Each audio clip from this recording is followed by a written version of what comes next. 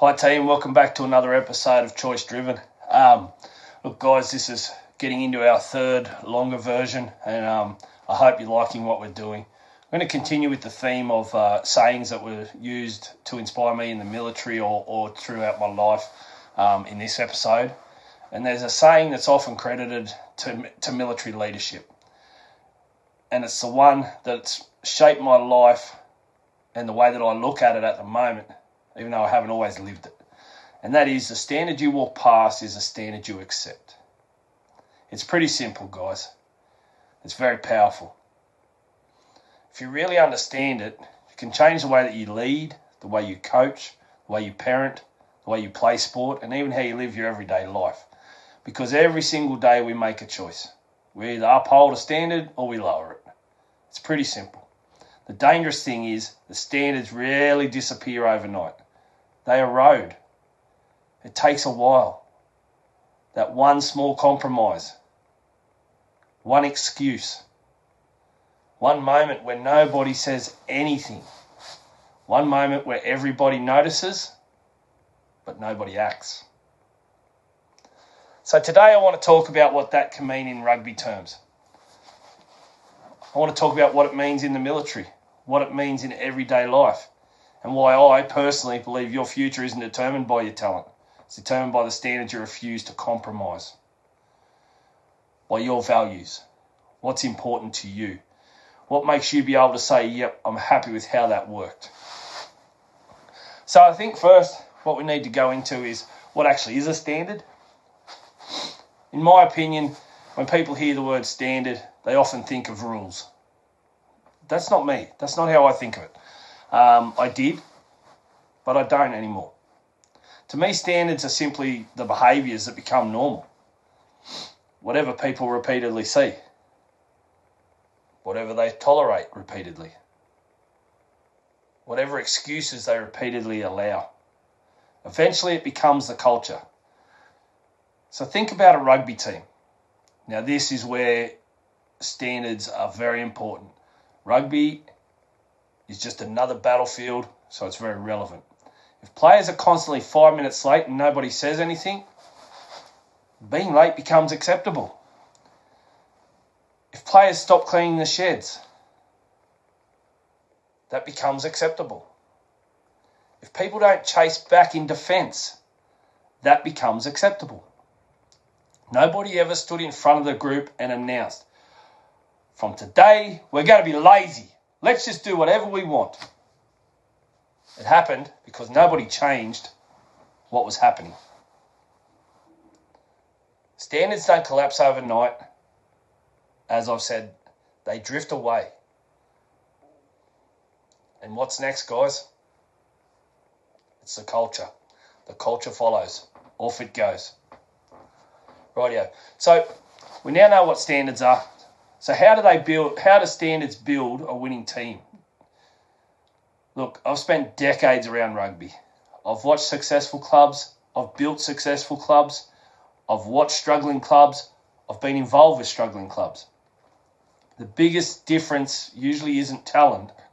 It's the standards. I've seen teams with average players beat teams full of representative players. Why?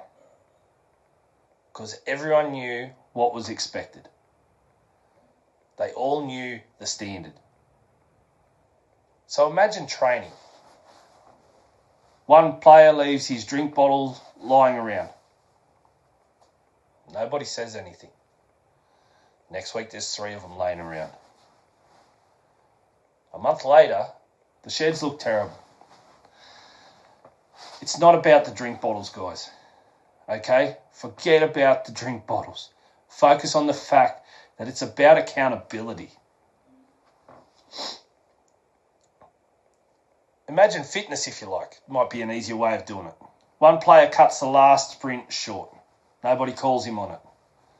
They all talk about it, but they don't go up and talk to this bloke and say, hey, look, man, I noticed you cut that short. Let's do it again. The next session, another player does the same because they've seen him get away with it. Soon enough, everyone's cheating themselves. The standard has changed. You could also think about it in a communication sense. One player stops talking in defence. or doesn't start talking in defence. Nobody addresses it. Or if they do address it, it's a token mention. Eventually that silence becomes normal. Then everyone wonders why they miss tackles. It wasn't the tackle. It started weeks and weeks earlier. The standard disappeared, if there was ever a standard set at the start. Guys, one example I want to give you is we're in Global Youth 7s, and the Japanese are that disciplined that when they're training, their headgear is lined up beside each other, their bottles behind it. They have standards, and they do well. So we want to flip it around now, okay? Imagine every player picking up rubbish without being asked, which I saw the Japanese team do after Global Youth 7s in New Zealand. Imagine everyone arriving early. Imagine senior players staying back to help pack up. Imagine players shaking hands with volunteers. Imagine them thanking the referee rather than blaming the referee. Imagine them checking on an injured opponent. Now, those things don't win games directly, guys. What do? They build character. Character builds trust. Trust builds culture. Culture wins football games. Now, I spent 15 years in the Australian Army. Made the rank of Warrant Officer Class 2 and left because of mental and physical injuries to myself. And if there's one place where standards matter, it's there. Why? Because people can die. It's real life. People often think military standards exist because people like discipline. That's not true. No one likes discipline. No one likes being told what to do. But they exist because lives depend on them. Imagine a soldier decides not to clean his weapon properly. Nothing happens today. Nothing happens tomorrow. Then 6 months later, when everything depends on that weapon, it jams. The standard wasn't lost that day. It was lost months earlier. I personally have seen this in my military service. It's not a nice feeling for you, depending on that person, or that person that has led the team down. The same goes with equipment. Same with uniforms. Same with your physical fitness. Same with communication. The military understands something many people forget. Small standards prevent big failures, guys. People laugh about making your bed. But making your bed isn't about making your bed. It's about teaching yourself to finish the first job of the day properly. Jesse Ventura, a Navy SEAL, has a great spiel on this. I'll see if I can get it and I'll attach it to this. Because people who ignore the little things eventually ignore the big things. Excellence, it's not built in the emergencies as we've talked about. It's built long before the emergency arrives. You've got to be ready for that emergency. You've got to be prepared to be your best in that emergency so that you have a fallback. Now, guys, there's always life outside of sport, and I've said this podcast isn't just about sport, okay? This applies just as much to everyday life. So, parents, this one's for you. If your child speaks disrespectfully to someone and you ignore it, you've accepted that that's standard. You've accepted that's how you want your child to be. Teachers, if bullying happens and nobody steps in, if you say, well, no one's going to do anything about it anyway, so why should I? That becomes the culture. Business owners, I'm sure you'll know this. If staff consistently arrive late and there's no consequence, you've created that environment. Even personally, you tell yourself you'll skip the gym today. You'll tell yourself you eat properly. I do it all the time.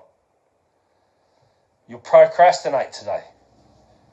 You tell yourself it's only once, then it becomes twice. Twice becomes a habit. Habit then becomes your identity. Why? Because it develops your characteristics. And before long, you've accepted a version of yourself that you never intended to become. Me personally, I woke up this morning and said, I've got to start practicing what I preach. I go to the gym, but not regularly enough. So what I'm saying, guys, is the standard you walk past isn't just other people's behaviour. Sometimes it's your own. If you accept that standard from yourself, you don't hold yourself responsible, then how can other people take you serious? I've spoken before about leadership. They don't set the standard, they protect the standard. So the standard should already be there, or the culture should already be there. So the best leaders, they don't actually manage people. They protect the standards. Nick Staven talks about culture. The All Blacks talk about leaving the jersey in a better place. One of the most successful and recognised sporting teams in the world. Elite military units talk about discipline. Successful businesses talk about values. They're all describing exactly the same thing. The people involved understand what is acceptable.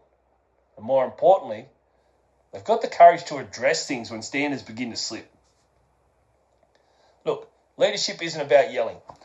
I grew up in the military where leadership was about having a big voice, being a big presence, and I haven't been and that worked because everyone respected the uniform. I've learned since becoming a civilian that doesn't work. It's not about yelling. It's not about embarrassing people. It isn't about being the toughest person in the room. Leadership is having difficult conversations early. Before small problems become major ones, you can nip them in the butt. Because correcting someone isn't being negative, but ignoring the behaviour is. So here's a question I want you to think about. Think about it for a second. What standards have you accepted? Pick a good and a bad one. What have you walked past? I'll give you an example of mine. Pete Kirkman, my former SSM. Collins, pick up that fucking bit of rubbish. Because I walked past it, which meant I was happy for rubbish to be on the ground. Maybe it's your effort. How's your fitness? How's your team communication? How do you speak to your parents? Do your teammates know how to treat volunteers? Maybe it's how you prepare for school, guys. Maybe it's the excuses you've started believing, because every single standard that you tolerate will eventually define you. Remember this, champions don't suddenly become champions on grand final day. Soldiers don't suddenly become disciplined in combat. Great leaders don't suddenly appear during difficult moments. They simply continue living the standards they practice every single day. Your future won't be determined by one big decision, okay? I've said it a million times and I'm going to continue to say it until you understand it. It'll be built by thousands of small ones. Every choice matters. Every action matters. Every standard matters. Because the standard you walk past, it's a standard you accept. It's a way you're happy for life to be. The standard you accept will eventually become your life. Let that sink in, guys. You're then making the choice that that's how you want your life to be. That's not right or wrong. If you choose that, that's fine, but don't whinge about it. Look, guys, if you've enjoyed today's episode, and I hope you have, because I'm passionate about this sort of stuff, and it's not about telling people they have to listen to what I say. It's about being able to get my point of view out. I'd love for you to subscribe to the channel and share it with a teammate, a coach, or a parent, or someone you think could benefit from hearing this message. Because here at Choice Driven, we're not just trying to build better rugby players. We're trying to build better people. Because better people become better teammates. They become better leaders. They become better parents. And look, better members to their communities, which is most important. We want to start raising the communities up. Because at the moment, a lot of people whinging about how young kids, etc., are acting in the communities, but not a lot of people doing anything about it. So remember, guys, your future isn't determined where you started. It's determined by the choices that you make today. I'll see you in the next episode, guys.